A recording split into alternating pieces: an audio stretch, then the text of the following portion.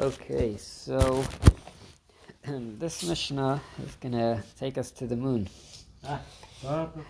but the moon down here. So the Mishnah tells us how Rabban Gamliel would cross-examine simple people who testified that they saw the new moon in order to determine whether their statements are in agreement. So we're talking in the times that you don't just have a calendar, you have to wait for the Eidim, for the witnesses to testify that they saw the new moon. And the question is, did they really see the moon? Was it just a cloud, or was it something that looks like the moon? So what did Rabban Gamliel do to make sure that they had the right testimony? So it says like this: Demos Tzuros Levanis Hayel Rabban Gamliel. Rabban Gamliel had the form of various moon shapes, images of the lunar crescent in various sizes and positions, on a tablet.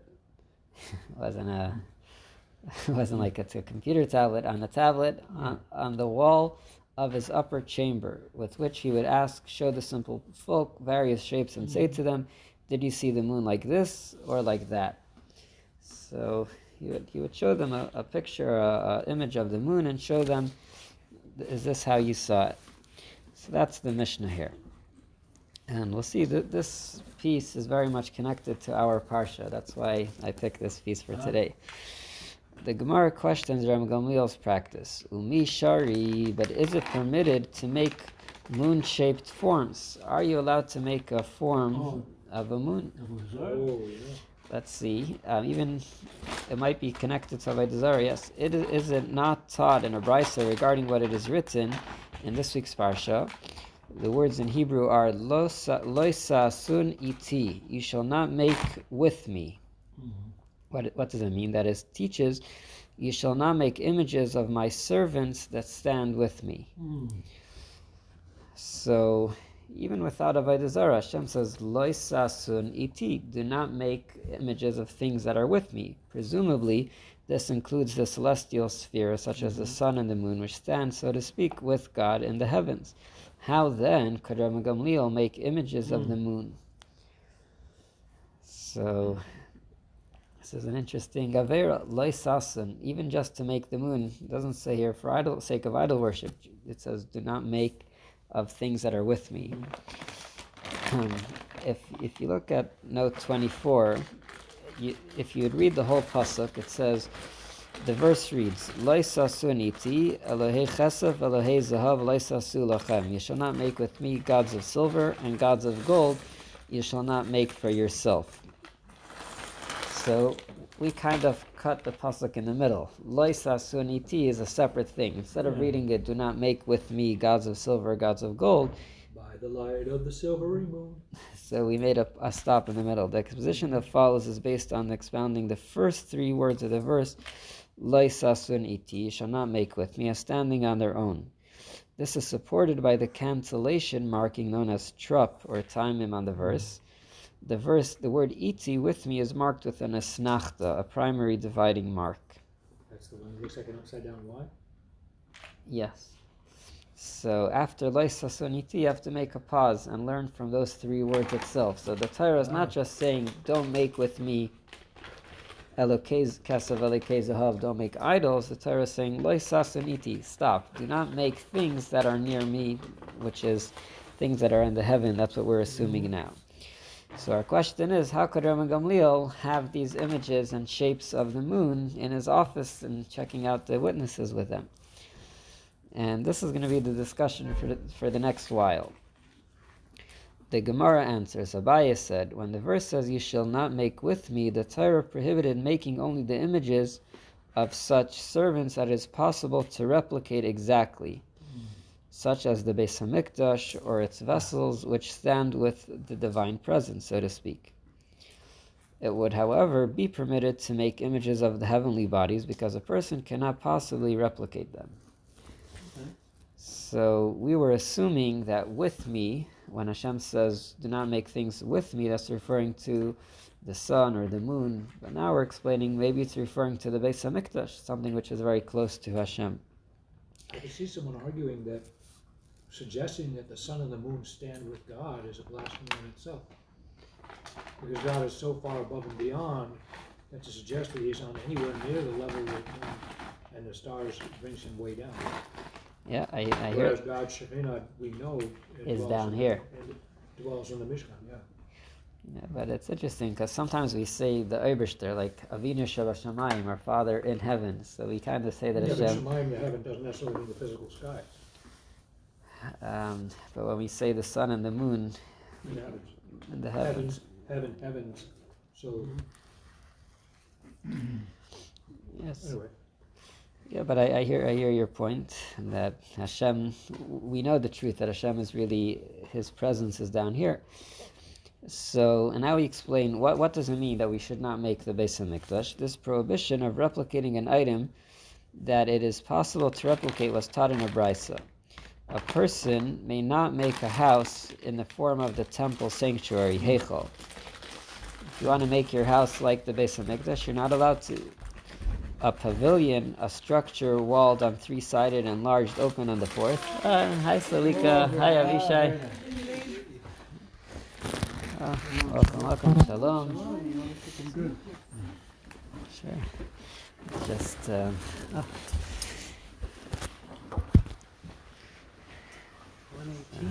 118. All right, so we'll just make a quick recap to get you back into the subject over here. So a new topic today. Last time what was last time about the weed and the wine and everything. Today we're talking about the moon.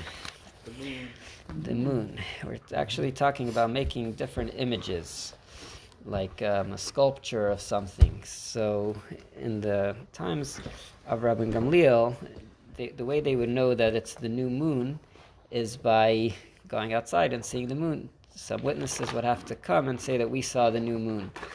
But you need to have two of them to say the same thing, that they both saw the same moon and one wasn't just imagining.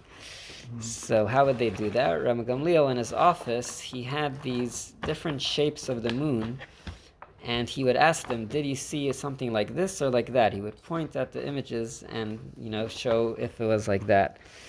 But our Gemara over here is questioning, are you allowed to do that? Because in our Torah portion, this week's Parsha speaks about the Ten Commandments, and one of the things it says, a little bit after the Ten Commandments, is you shall not make something which is with me. With me. The words in Hebrew are lo sasun iti. Do not make with me. With me? With me. What is with Hashem? What would you say is iti, is with Hashem? Do not make with me? Do not make something which is with me. Avec moi. It's pretty vague. It doesn't say exactly what it is. So we were assuming that the heavens are close to Hashem, so then it would mean do not make an image of the sun and the moon or the like. So then how is Rabbi Gamliel allowed to make these images, these forms of the moon, which is something which is with Hashem? So what you explain now, no, it doesn't have to mean the heavens. It's referring to things which are close to Hashem, like the Beis HaMikdash, like the temple. And we know that a person should not make a replica of anything that's in the Beis HaMikdash. So we're holding this paragraph over here. How do we find the exact line? The line starts replicating. It was taught in a brisa on page 119, actually. A person may not make a house in the form of the temple sanctuary, heichal, a pavilion, a structure walled on three sides and largely open on the fourth, in the form of the temple antechamber, which is the ulam, and a courtyard corresponding to the temple courtyard azara. All those things are in the Chumash. Yeah, so you should not be making one of those in your house, or you should not make your house similar to that. Oh. That's what the Torah is saying.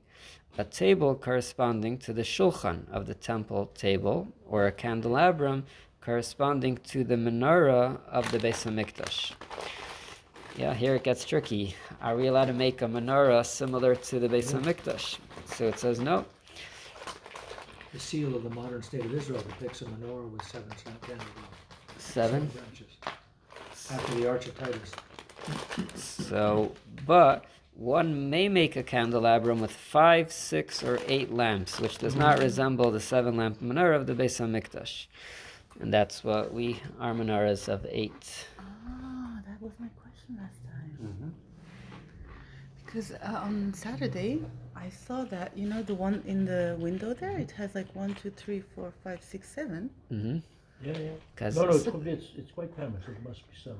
7, but that one has 1, 2, 3, 4, 5, 6, 7, 8. There was another one. They had like But there's 6. none in the middle. There's none in the middle. Right. So which ones are we not allowed to make? So Yeah, in from the the church, temple, in the windows, or in from the out? Beis Hamikdash, in the temple, there was from one the of window. 7. Okay. And we should not make a replica that's identical to the Beis Hamikdash, to the one that has 7. We're allowed to make. But what about that But one that's in the window? I guess there's a difference between actually making a physical one and a and physical drawing it. structure. But this is the big question because Rabbi Gamliel had a picture of the moon, and that's what we're saying. Like, can you make a picture of something that has Hashem in it, like the menorah, and something in the Beit HaMikdash, or like the moon, right? Right. So first we thought the problem was when you say with Hashem, that's referring to the sun and the moon. Now we're reverting from that. We're saying that it's only referring to the Beis Hamikdash, and that's why Rabbi Gamliel was allowed to do what he did. Oh, okay. That's Got it. kind of. Yeah. Let's see, we have it. Oh, yeah. Sorry. No problem. The card. Yeah. Okay, so now we're actually going to get into the details of this. What type of menorah could you make, or what type of copy, what is considered a copy, what is not? So we already know the numbers. If you change the amount of branches, that's already, it's okay. Now, one may not make a candelabrum with 7 lamps, even of other types of metal besides gold. Well, so he says even if it's not gold, it's also a problem. Even though in the menorah in the Beis Hamikdash it was made of gold. Rabbi Yossi Bar Yehuda says one may not make even a menorah replica of wood. Why? For this was the way that the kings of the house of the Hashmonaim made the menorah after expelling the Syrian Greeks. So this is a little bit of Hanukkah history information over here. That's right. What did they use after the Greeks destroyed the menorah of gold? What did they use? So it says they actually used a wooden menorah in the meantime. Knock out one of those in a day. How does the whole thing not light on fire? Yeah, you got to be careful. Maybe metal cups. They probably had, yeah. I think after that, the big one out of iron. Yeah. So that's why he says, according last one day because that's all they had oil for. afterwards the menorah was gone, right? Another miracle. How come we don't make we don't celebrate that? So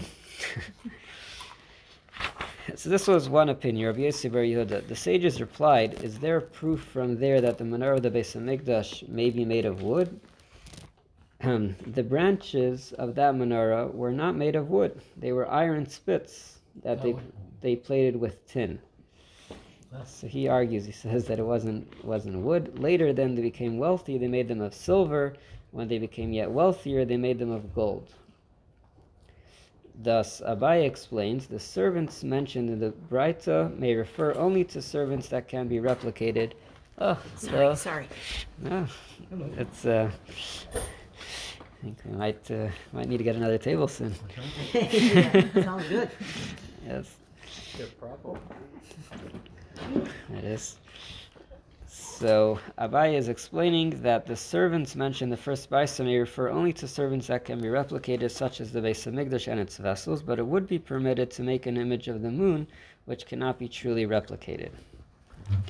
So our whole discussion is going to be back and forth with Rabbi Gamliel's moons. Was he allowed to make these forms of the moon?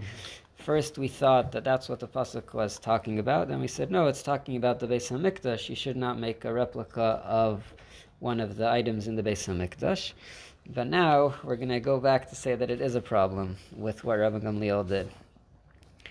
Basically, whatever answer the Gemara is going to give, we're always going to try to say that what Rabbi Gamliel did seems wrong. The Gemara asks, is it indeed permitted to make an image of such servants that it is impossible to replicate? But it was taught in a different brisa, the verse, you shall not make with me, again the same pasuk, teaches that you shall not make images of my servants who serve before me on high. So there's one word that we added from what was taught last time. In the beginning, originally, the words were loisa sun kidmus shamashai. The word is shamash. We also remember this from the menorah. Shamash is a servant. Yeah. So it says, don't make like Mike's servants. But who are Hashem's servants? Is it the sun and the moon? Or is it the Beis HaMikdash? So that's not so clear. But now that it says, don't make the servants that serve before me in the Bamaron, in the heaven on high, how are you going to say this is about the Beis HaMikdash? You can't say that it's about the Beis HaMikdash now.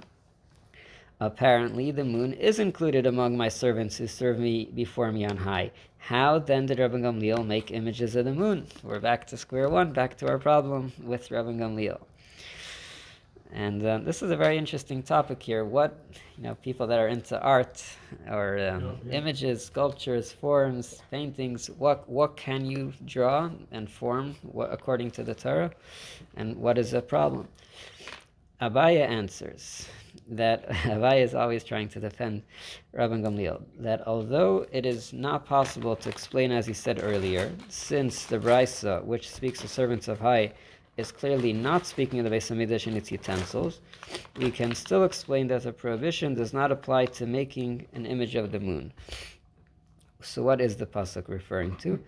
Abaya said the Torah prohibited making from among the servants on high only an image of the four faces together. What are the four faces? So this is the Chayas HaKodesh. It's called the holy Chayas, animals who bear the heavenly throne, described in the prophet Yechezkel's vision as having four faces each, the face of a human, a lion, an ox, and a nesher. What's a nesher? So that's a good point. In 33, it mentions in the footnote, nesher is usually translated as an eagle, but if in other places,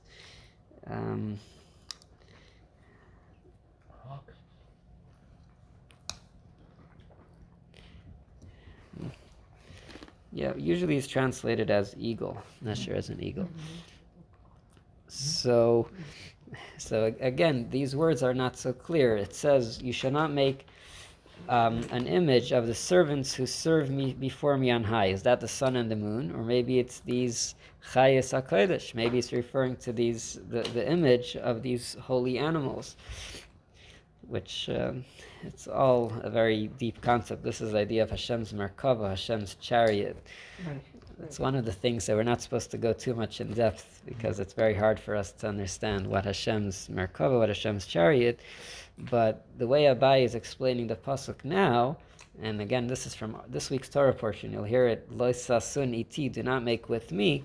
He says this is referring to a specific thing, not about the sun and the moon. This is a specific avera of making an image of all four together, an image that has all of these four together. Because that's the way it is on Hashem's chariot.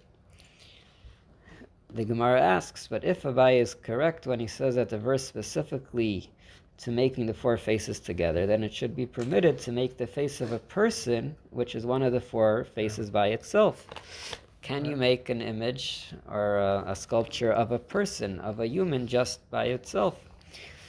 If the Torah prohibited making only the image of four faces together, one, which is a human, it emerges that making a human's face by itself should be permitted.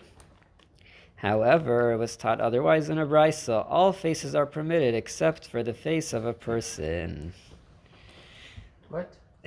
It says you're not allowed to make an image or face of a person. Why? Lo sasun iti, do not make something which is with me. And one of the four images that are in Hashem's chariot is the face of a person. He does say thou shalt not make any graven images, Graven images. So this is which may be sculpture, may be relief. There's a whole bunch of different interpretations. so this is what Thou this. shalt not make something in my image or something? Oh, how is it usually Thou shalt translated? not make any graven image. Thou shalt not make any Thou, graven. thou shalt not make any graven image. So, Engraved what's interesting is this is not image. this is not the second commandment of don't make idols. This is a specific, 3 words. Lo sasun iti. Do not make something which is with me. It doesn't say clearly that it's because of idol worship. It's Hashem says it could be that it's related to idol worship, but do not make something which is with me. And we're trying to understand what is that talking about exactly. Are we talking about the sun and the moon? Are we talking about the Beis Hamikdash? Are we talking about the 4 chayos together, or is it even one? We find here that even a picture of a human, that itself is a problem, human face.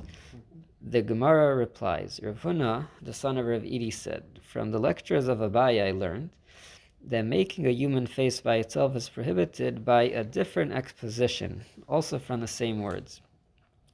Lo sasun iti, you shall not make iti with me.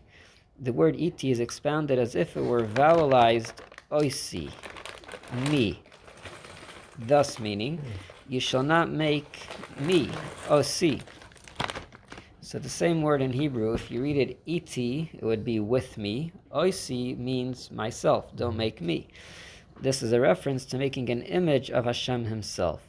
Certainly, Hashem has no physical form. The first is prohibiting making a human form, which is the image Hashem uses to represent himself in prophetic visions. So that's the way we know that you're not supposed to make a human image, which means don't make Hashem in a human image. That's the problem here. Thus, the simple meaning of the verse prohibits making the 4 faces together, and by expounding Loisasun iti as if it were vowelized oisi, thus meaning you shall not make me, we learn that making a human face alone is also forbidden. But making other images of other celestial servants, such as the moon, is permitted. Okay, so just keep the back and forth. We're always going back to Rabban Gamliel. Rabban Gamliel had these forms of the moon. Was he allowed to do that? We have this pasuk that sounds otherwise the opposite. It says, "Do not make with me." First, we tried saying that it's talking about the Beis Hamikdash. Now we tried saying that it's talking about a face of a person or of the 4 animals together. But making the moon is permitted. The Gemara asks, we're still not happy. Is it indeed permitted to make an image of celestial servants other than those of the 4 faces together? But it was taught in a different brisa. The verse, you shall not make with me, teaches that you shall not make an image of my servants who serve before me on high, such as the Afanim, Seraphim, the holy Chayas, and the ministering angels. So here we have another thing that we're not supposed to make is the different angels. So these things are also with Hashem.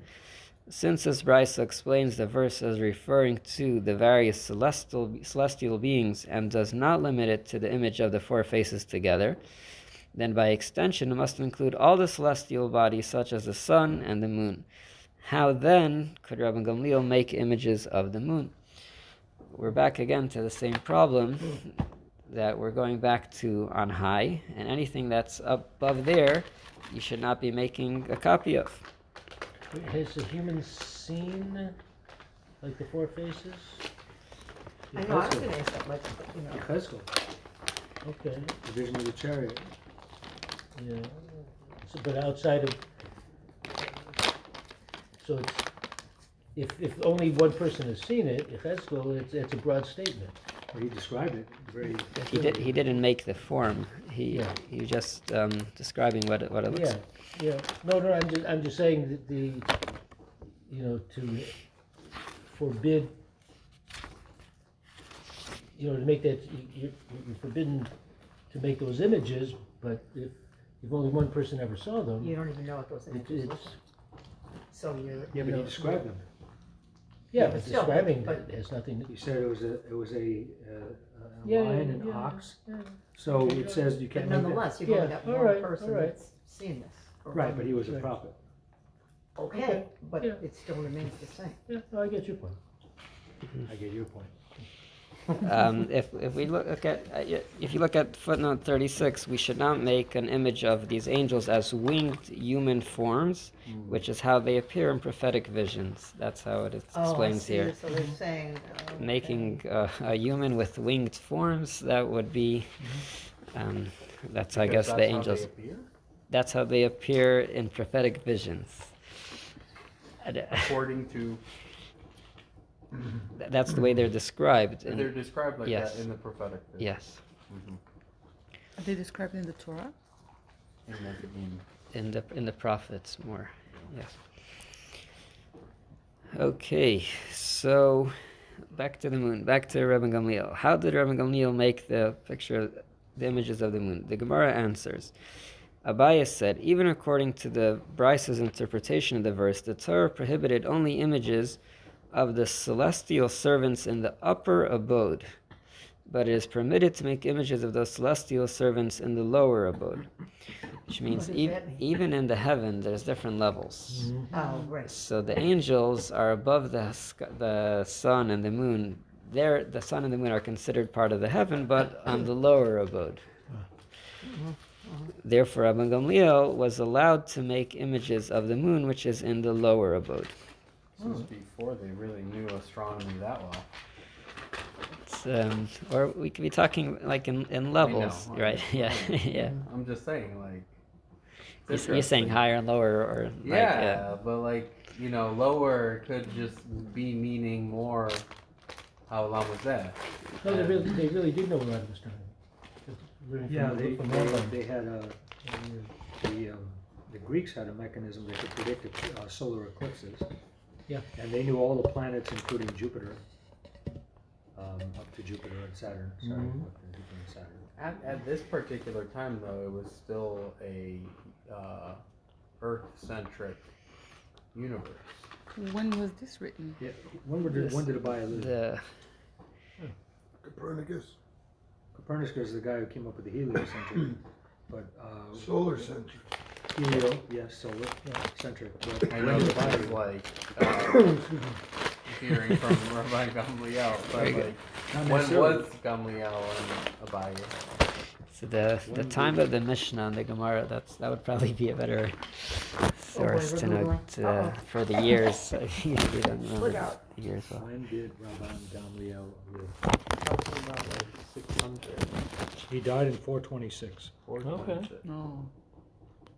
So this is long before Copernicus came up with the heliocentric. So at this point, we're still in the geocentric. Yeah. Even Who knows?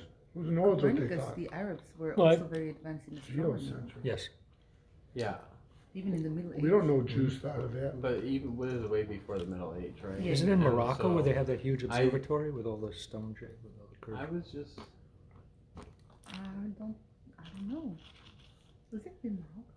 There's a plaza that's full of these massive stone shapes that are designed to cast shadows that predict all these different astronomical events. Easter Obviously the Island? solstices. No, this is in the Middle East. I thought it might be Morocco, but it's not Morocco. I was just talking about the celestial servants being in the lower abode It's and not the servants atmosphere. and upper abode, but It's above the universe. right. No, I understand. I understand. They're talking about the heavens, right? Like they see the sun and the moon as part of the heavens, as like an image of Hashem. Hello. And What's the word for heaven? I guess I was just thinking Oh, yeah. upper abode, meaning even beyond anything that we can see with our own eyes, like the sun and the moon who are up in space, versus angels or other things like that that exist on the upper abode. That is something that is beyond what our like normal eyes can see. Yeah, to get that back would- to this, any human being can see the moon, but only prophets can see the angels, Right, exactly. Yeah, and so on and so forth. so that's on a whole different level. Yeah. That's how you. Literally. Yeah, that's how. So the Gemara is still not happy. The Gemara asks, "Is it indeed permitted to make images of Is this?" the Gemara ever happy? No, we're really attacking No, Rabbi Gamliel Tingles. because It's about arguing because and questioning. we're It says, is it indeed permitted to make images of those celestial servants in the lower abode? But you're saying you're differentiating between the angels and the sun and the moon, but we find that it's problematic even to make like the sun and the moon that are in the lower abode. But it was taught in the following brisa, the word, Torah words, again from our parsha, you shall not make for yourself a graven image. Here we got the words. Or any likeliness of that which is in the heavens above, or of that which is on the earth below, or of that which is in the water beneath the earth. So the Torah is saying not to make any of these things. Come to include in the prohibition images of the sun, moon, stars, or constellations, things that are in the heavens. The verse next word above comes to include images of the ministering angels. So we're a little bit beating around the bush, but in this text it says clearly the sun, the moon, the stars. Like, what's Rabbi Gamliel going to do with that? So till now we were saying, servants, maybe that's the Beis HaMikdash. But here it says clearly the sun and the moon. At any rate, this brisa says clearly that the images of the heavenly bodies, such as the sun and the moon, are prohibited. This disproves Abaye's statement that the Torah prohibited only images of the celestial servants in the upper abode. I like the way they held that back. I know, all the way till the end. The way they built this case reminds me of lawyers setting a trap for a defendant.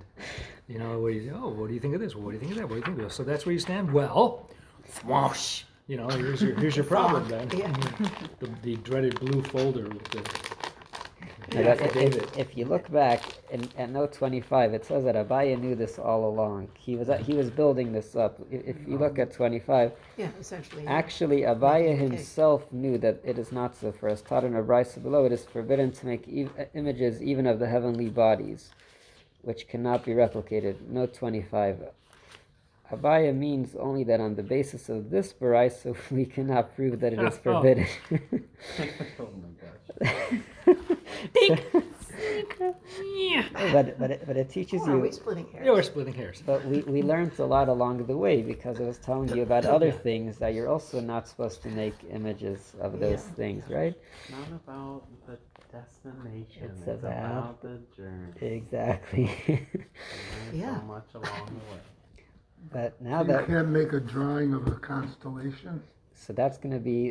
There's a lot of halacha. Does this apply to drawing? Is And a it photograph is a whole different also thing. picture? Making a picture of something, is that similar? Yeah. So let's first do read the Gemara. Finally, we have to see even how Rabbi Gamliel did what he did with his moons, and then once we see why he was allowed to do that, maybe we'll see what we could be allowed to do. Let's see this. Rabban Gamliel's moons? That's where we started. Oh, his commentary on moons. No, he had models of the moon that he Yeah, used his to. moons, yes, the models of the moons. That's what I meant to say. Got it, got Yeah. it, got it, got it. On his wall. Yep. So now we really put Rabban Gamliel in a corner here, because here it says sun and moon. So you can't say it's talking about this, talking about that. The Gemara answers, when that brisa teaches of the images of the heavenly bodies, such as the sun and the moon, are forbidden, it refers to serving them. Wasn't making these images in order to worship them, but we do not see in this brisa that it's prohibited to simply make images of So them. it's allowed? He got out of it. 1 second. The Gemara asks. If you think it's over yet. It's not Not yet. The Gemara asks, if the brisa's prohibition is with regarding to serving them, then why does the brisa specify only the images of the heavenly objects? Certainly it is forbidden to make even the image of even a small worm as well in order to worship it. The Gemara responds, yes, indeed. The verse prohibits serving even the image of a small worm, as we taught in a brisa, regarding the continuation of the previously cited verse. The words of that which is on the earth come to include images of mountains, hills, sea, rivers, streams, and valleys. The word below comes to include the image of a small worm.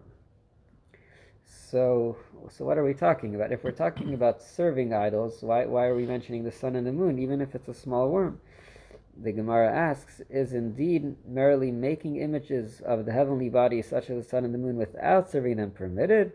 But it was taught in the following brisa. The verse, "You shall not make with me," teaches that you shall not make an image of my servants who serve before me, such as the sun, moon, stars, and constellations. This brisa clearly says that making these images is prohibited. How then could Rabbi Gamliel make images of the moon? We tried to say that it's only talking about serving, but he said that's hard to explain, that that's all we're talking about. And we we caught Rabbi Gamliel, we trapped it. The Gemara answers. So here's finally why Rabbi Gamliel was allowed to do. The case of Rabbi Gamliel is different. For others, non-Jews made images for him. He didn't make it. So that violates the 7 Noahide laws. Why? Are they allowed to make these images? They're not. Why? Because 7 Noahide laws say that a righteous Gentile has to acknowledge only HaKadosh Baruch Hu. But this is making an image. It doesn't say that you're serving them as an idol. We just made a differentiation between making them and serving them. Yes. That gets to So this is, I think, if you look at 40, there's a whole discussion if it applies to Goyim or not, and how was he allowed to do it? What was he allowed? If he asked them to do it, or did they just make it and then he just bought it from them? That's the whole. There's a whole discussion there. The Gemara asks, but Rabbi Yehuda had a signet ring. This is an interesting thing here. The way they would sign using their ring that other non-Jews had made for him.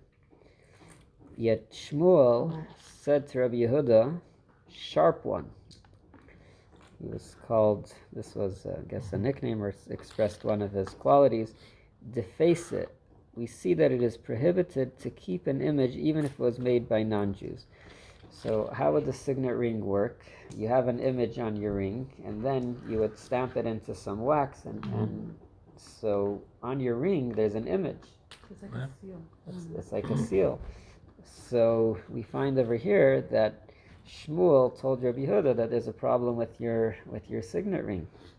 And who made it? We don't think that Rabbi Yehuda made it, someone else made it for him. So this could bring us to a question about people's rings and if they have an image on their ring, if they're allowed to use it or not. So back to Rabbi Gamliel. Thus, Rabbi Gamliel too should not have been allowed to keep the images even if non-Jews made them. The Gemara answers, there in the case of Rabbi Yehuda's ring, the image on its signet was protruding. So there's two types of signet rings. One is that it goes in, it's depressed. Embossed and debossed. Then when you press it into the wax, then it sticks out from the wax. Or if on your ring it's protruding, then when it goes into the wax, it's the opposite. It's the opposite. Yeah. So the Gemara says that in this case, the signet was protruding and was on account of avoiding suspicion that people who would see it would say that it was Rabbi Yehuda's idol. That Shmuel told Rabbi Yehuda not to keep the signet as is. As it was taught in the following brisa with regard to a signet ring with an image, if the image on its signet is protruding, it is prohibited to wear the ring on one's finger, but it is permitted to seal a document with it. So it's gonna be the reverse. So if the signet if it's protruding, so then there's a problem with wearing it, but not a problem with stamping it, because when you're gonna stamp it into something, it's gonna go in, it's gonna depress. But if it's the opposite, but if the image on the signet is depressed, that is, the image on the signet is engraved into the metal, and it is the surrounding area that it is raised, then it is permitted to wear the ring, because on your end of it, it's not sticking out, but it is forbidden to seal a document with it, because when you stamp it, then it's going to stick out, it's going to protrude. So what do you do with this ring when you're not stamping? stick it in your pocket, wear it on a chain. Well, I Maybe know don't wearing wear it on on a a chain. chain. What's the difference between your finger and wearing it on a chain around your One neck? customarily wears a ring on you. Well, I know that, Customarily but means a still, lot in it's Judaism. hanging there and people can Yeah. still see it. That's true. So maybe maybe Haman it has to be wore, put that's where away. Haman wore but- his idol, on her chain, so there you go. Good point. like in a little bag or something. Are you happy now? Yeah, okay. You dashed my argument. I have an argument there. So, Anyway, yeah. but we added an additional concept of suspicion, which means even if it's not a problem, but if it could look suspicious, if you see a rabbi wearing this on his ring, there could be a problem. And page 124, we're almost by the final solution. The final answer. Bad choice of words. Sorry. It's all right. It's all right. The conclusion. The Gemara asks, are we indeed concerned about suspicion in such cases? But in the synagogue of Shaf v'Yasiv in Naharda, so there's a certain shul called Shaf v'Yasiv. It's a very interesting shul.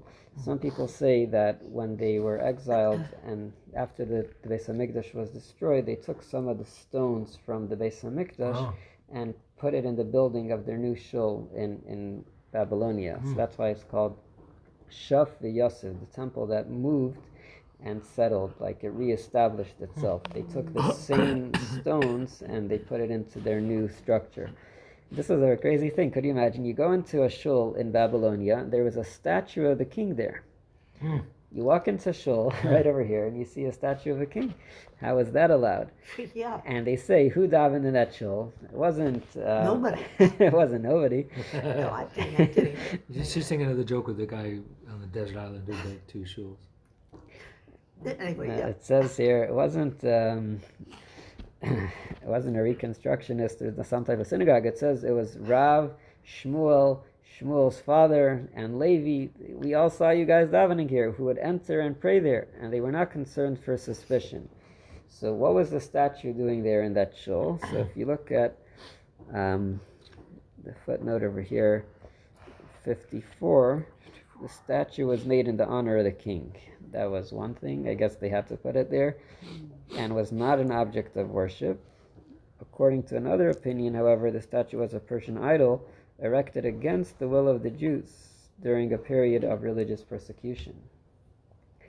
So, Wait, say that again? Say that again? so either that it was made in honor of the king and it wasn't an Right. idol, Right. or that it was an idol and they were forced to do it because Oh, of persecution. I see.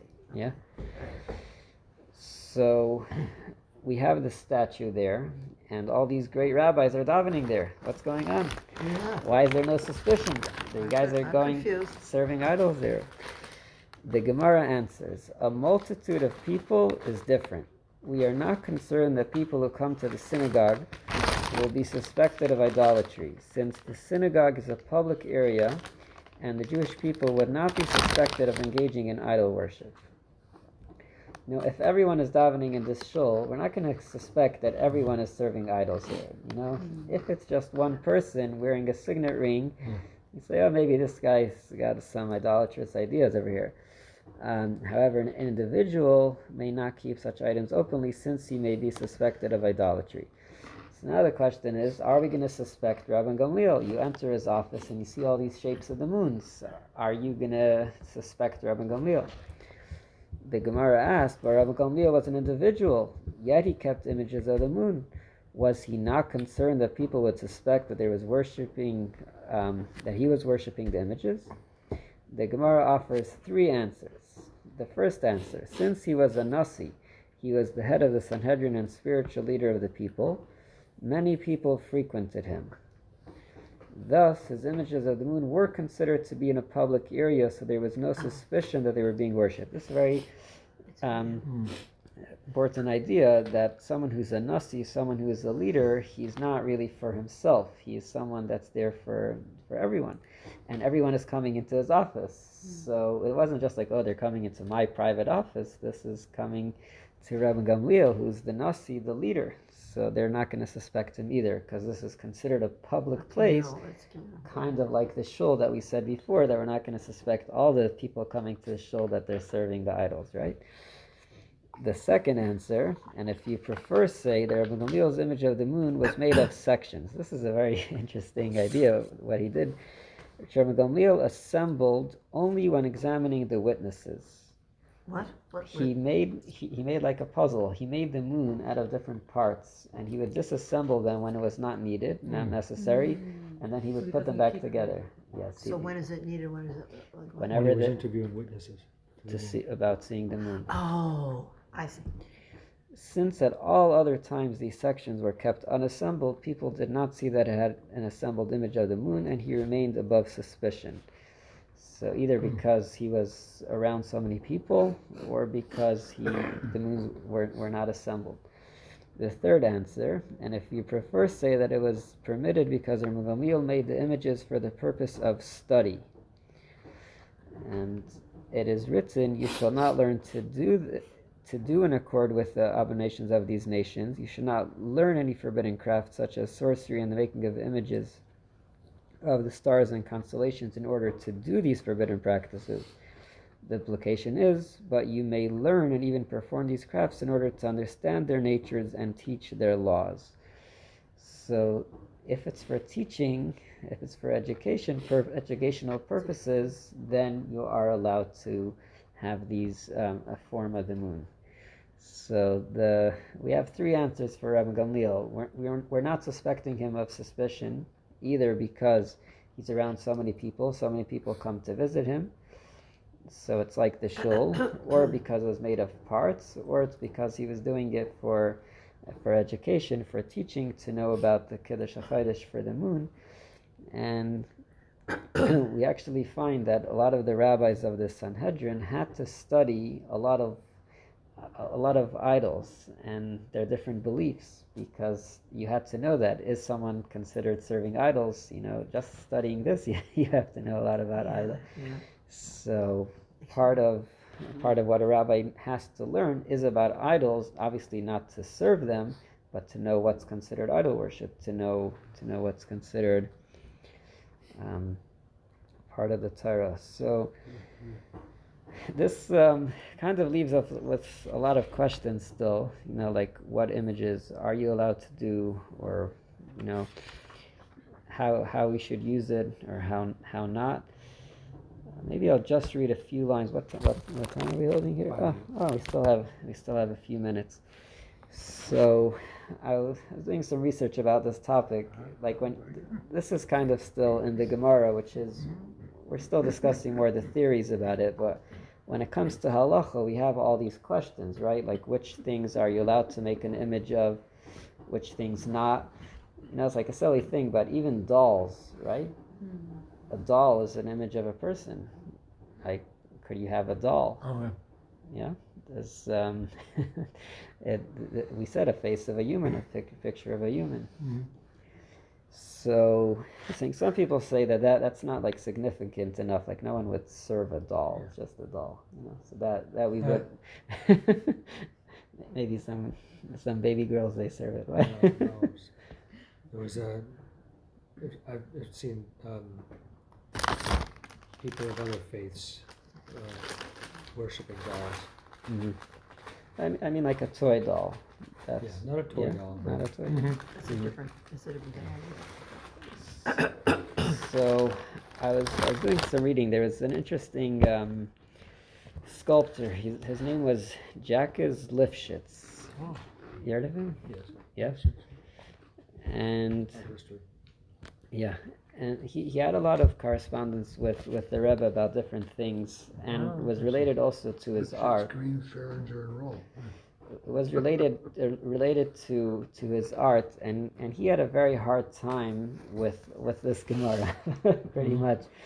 Like he said, like in a way he was going with like the Torah. This is all obviously the Torah Shebal Peh, the oral Torah, right? Yeah. But it doesn't say all of this clearly. It just says, "Do not make with me gods of gold, gods of silver." It doesn't say clearly about all these images. So he had a very hard time accepting it. And one of the things that the Rebbe answered him was that the Jewish people had just left Egypt. Egypt was a place full of idols. So who would know the best about what idols were and which things were and were not supposed to be used, what's considered an image and what not? They would have known the best, which means that Hashem didn't just leave it like vague and just say, okay, don't make an image. It was specified which things are you allowed to and are not allowed to make. Although it's not written clearly, but this is the general concept of the oral Torah, that you can't really understand the written Torah the way it is. So the instructions must have been given over, just it's not written so clearly, so we would rely on that. Just there's this one line over here. Dear Rebbe, there's like a whole section. Oh, is that the book, that you were looking for? Yeah. Yeah. Yes. Oh, you saw that I did, I was I looking did. for it. And then it was deleted because you found it, or whatever. The sculptor. Here we have a picture of this. I mean, there's an image of the Rebbe in like every Chabad, right? So This is the Mr. sculptor. This is Mr. Lipschitz. Lipschitz. See again? He was a sculptor. Yeah. Of course, he would have problems with it. Yeah, I think the Albright has at least one of his piece. Oh, Great images over here.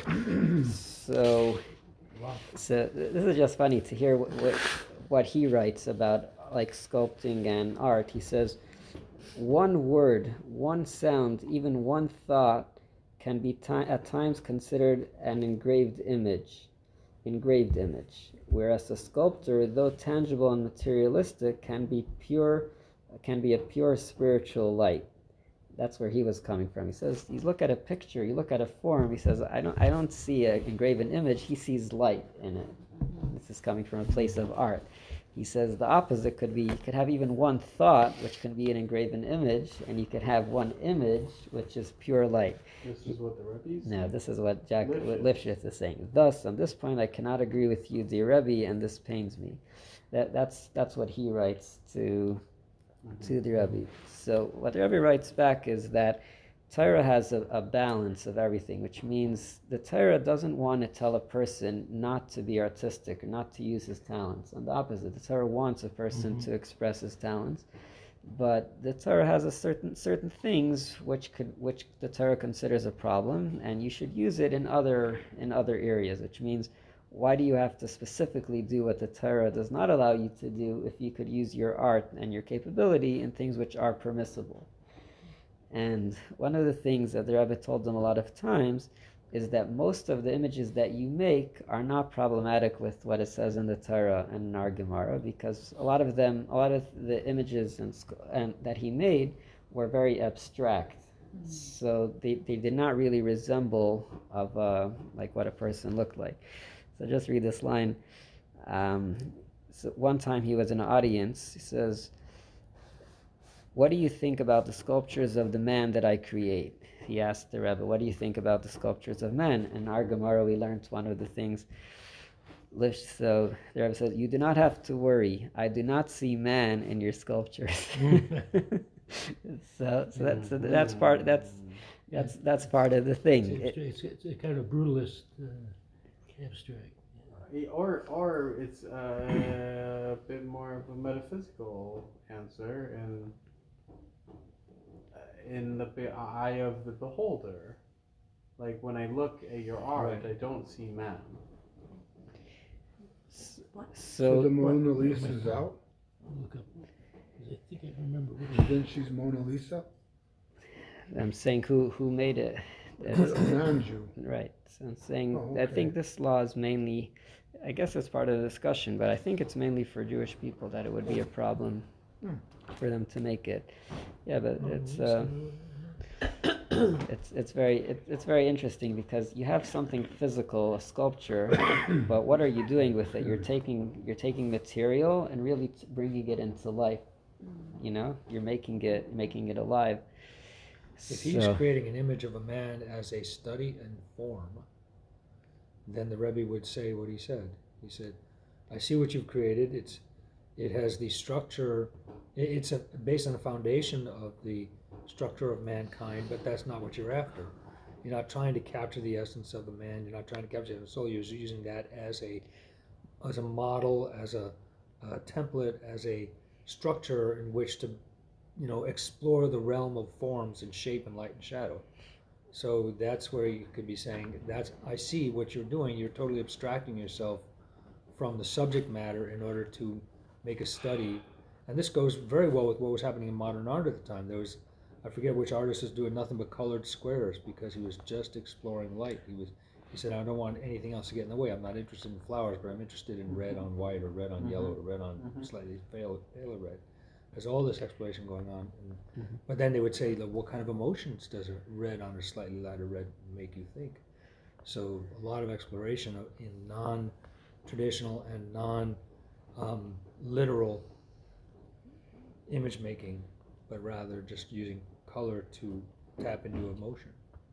And in this case, color form to tap into, dynamics of light and shadow. You see, but that's what he was saying. The question is, in halacha, we don't always look at your intention. The question is, the image that you made does it look exactly like a I'm saying the person. Rebbe says, I don't see a man in what you made. It's not just a diss. But I think he meant physically. He said it doesn't look like a man. That's why it wouldn't be a problem. Possibly, but it could also be saying, I get what you're trying to do, and it's not to be representative. Could go either way. Yeah, and I'm saying there was a lot of that going on at the time. Just one last interesting thing. There's really a whole section about this, but the Rebbe didn't actually tell him clearly that he has a problem with what he's doing, because the Rebbe knew that he wouldn't accept it because he was so into it. The Rebbe sent a letter to his student, one of his students, and wanted that the student should show it to his teacher, their copy. I made some copies of the letter if you want to read it on your own. This is the student. This is Ernest and Erna Weil. I might have. This is the letters to the student of this Mr. Lifshitz. Emma Weil? What? Who are they? Mr. and Mrs. This Ernest is and a Emma Weil. response. Who are they? The, Because there's also an artist, the Ernest Weil. was a student. the student of Mr. of Dr. there you of go. Dr. There is Lifshitz. Yeah. Yeah. Yeah. This is the answer of Of the Rebbe. I should have, Yes. never mind. I'll tell you. All right. Well, thank you everyone for joining. Shekaya. And hopefully we'll see everyone again on Shabbos. Sounds Looks like, like we oh, have. yeah, so you're gonna be here? We're trying. Yeah. Yeah. We're Oh, planning, good, planning good. on. Good. Yeah. Speaking of which, I have to take That's a what the hot shit. minute. That's Hashem. I want to show David. The mezuzah case. Yeah, Yes. just the cases. I'll show you. So they're very like Actually, you were the call. very, very cool. So we have this one.